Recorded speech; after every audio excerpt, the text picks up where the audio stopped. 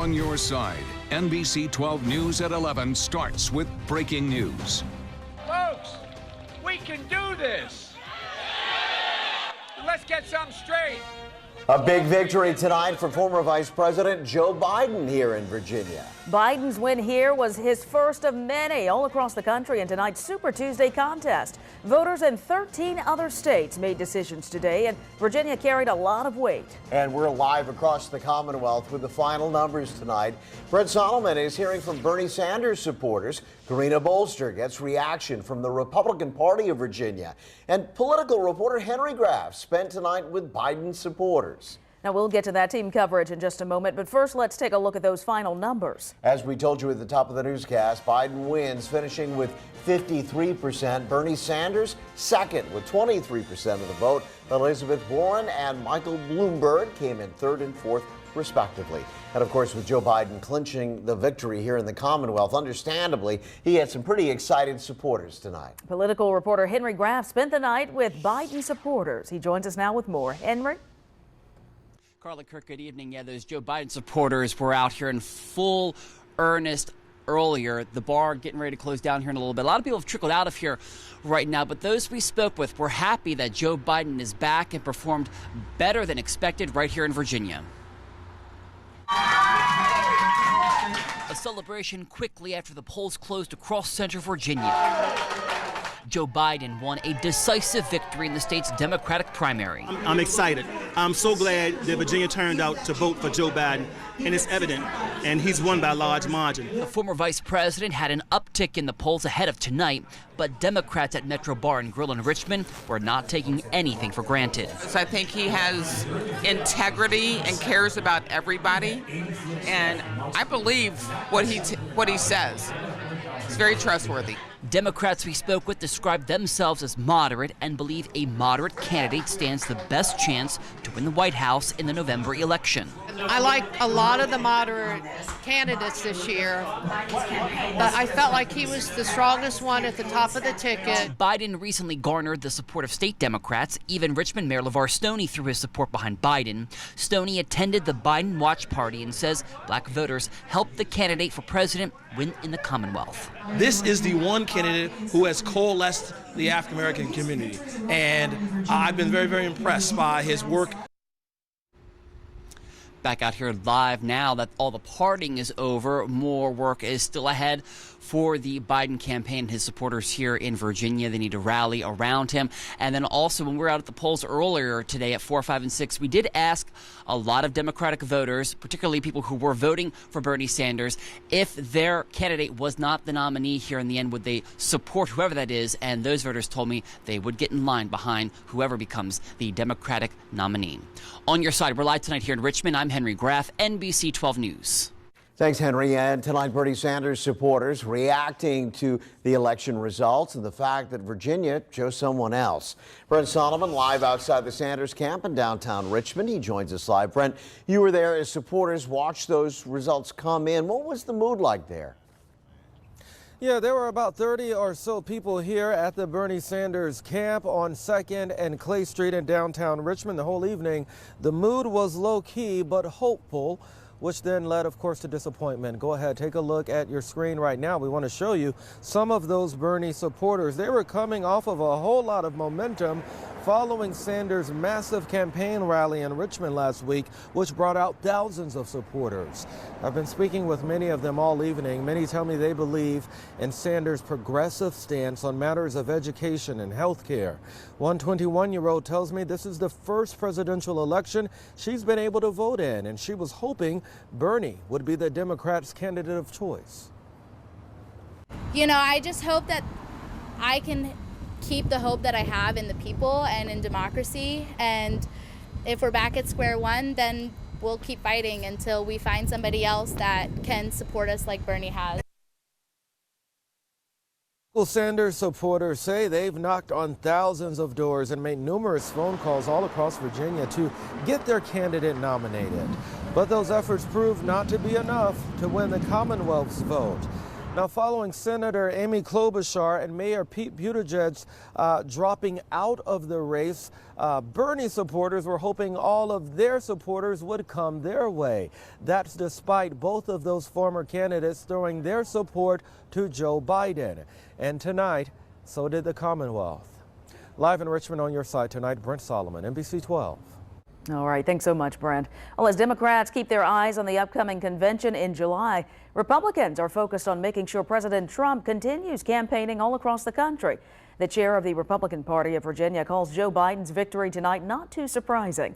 New at 11, Karina Bolster continues our Live Decision 2020 coverage outside the RPV headquarters in downtown Richmond. And Karina, you spoke with the chair of the party. What else did he have to say? Well, Carla, Jack Wilson says with the support from former Democratic presidential hopefuls like Pete Buttigieg and Amy Klobuchar, Biden's victory was really to be expected. However, he's curious to see how Bernie Sanders fares as these votes still come in here in Virginia. Wilson says the Democratic Party is panicking right now to support Biden in fear of Sanders actually winning the nomination. Despite Biden's victory, Republicans feel confident heading into the second stretch of the campaign season. We're really excited about having President Trump on the ballot in November. Virginia is one of the targeted states for the president's reelection, and we're confident that whoever the Democrats ultimately come up with, that President Trump will prevail in Virginia and get reelected in November. Now, Wilson said the party is already planning a convention here in Richmond at the beginning of May to nominate delegates and really kick off Trump's campaign here in the Commonwealth. He'll have a tough schedule as we get into the fall, but Virginia is one of those states that the president's team has put on the map as one of the he thinks he can win in the United States, and so we're pleased that Virginia is one of those targeted states, and we'll obviously welcome the president.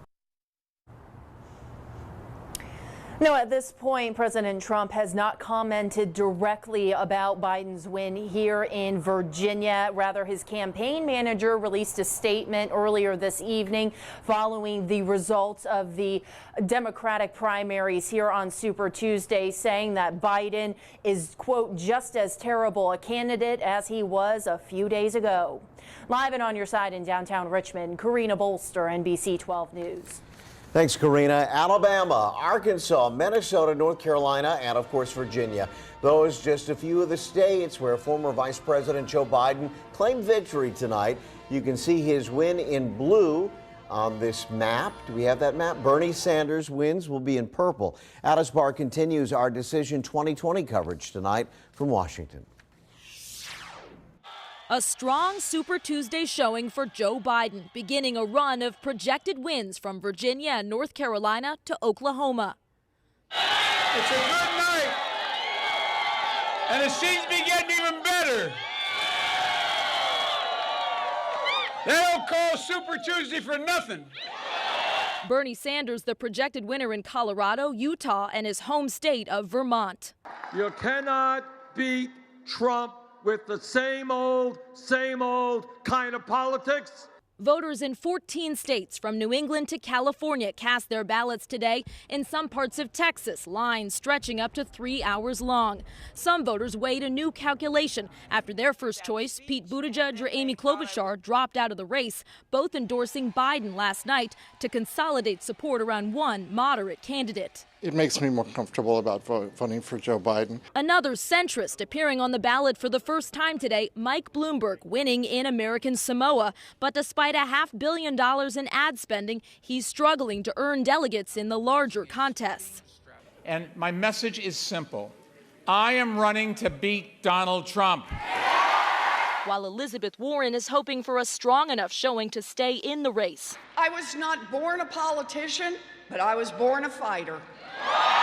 More than 1,300 delegates at stake in a single day that's shaping the war for the White House. While Biden and Sanders can both declare victories tonight, we may not know exact delegate counts for days or even weeks. The next big contest on the horizon, Florida, in 2 weeks from today. In Washington, Alice Barr, NBC News.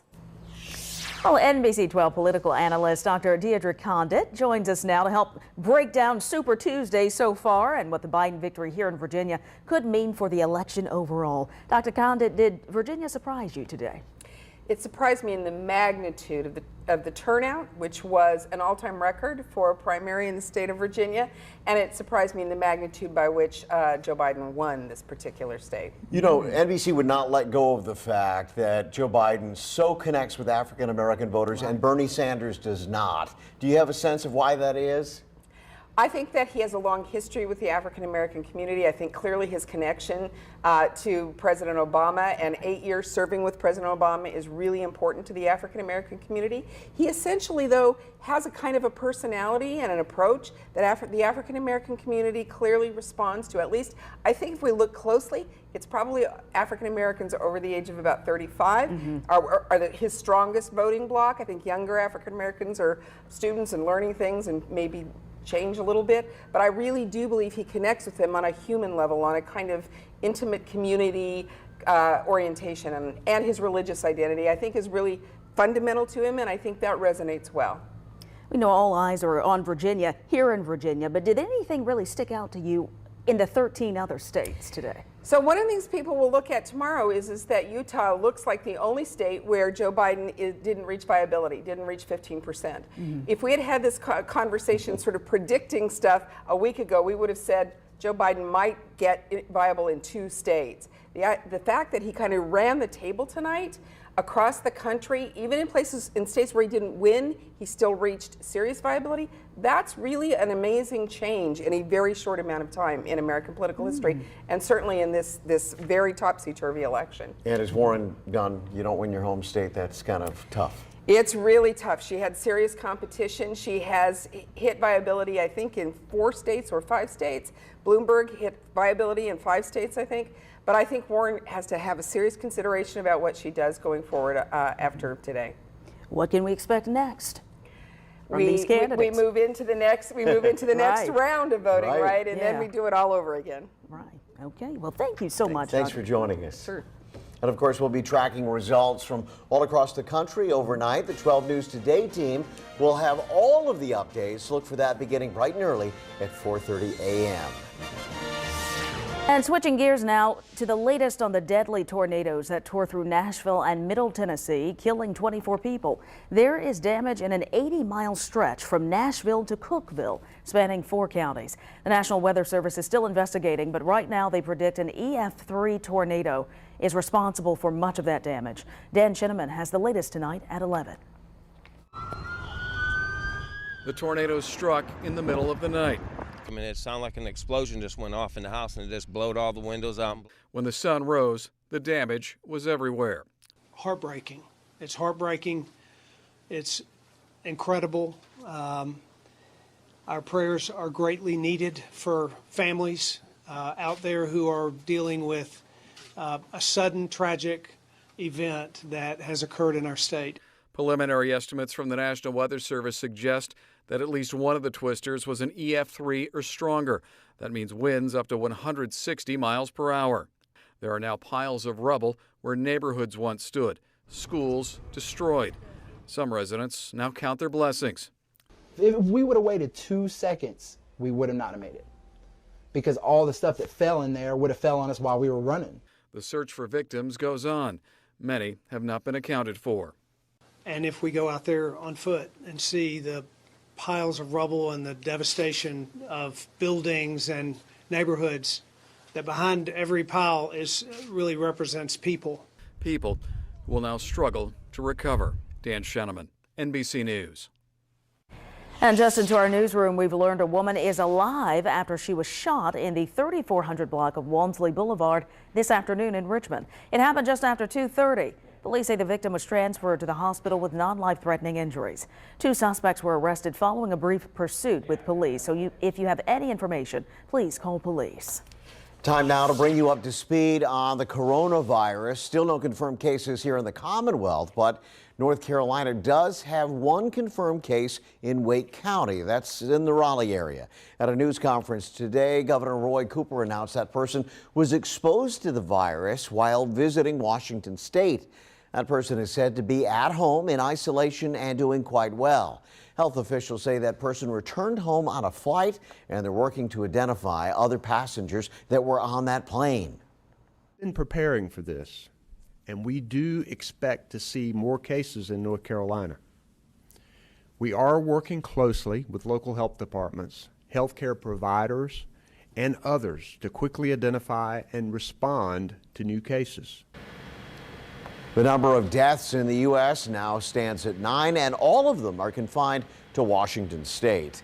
And we've learned that Governor Northam will hold a news conference tomorrow morning on what Virginians are doing to prepare for coronavirus. We now know Virginia's Public Health and Environmental Lab is able to test for the virus, so that should certainly cut down on the waiting time for any results. Well, despite the major virus outbreak, the International Olympic Committee has confirmed the games will go on. Now, that means come July 24th, Japan will kick off the Summer Olympics in Tokyo. Now, this all amid fears of the coronavirus that has been linked to 12 deaths in Japan. The suggestion of a possible change of plan was quickly batted back at a meeting at the International Olympic Committee's executive board in Switzerland.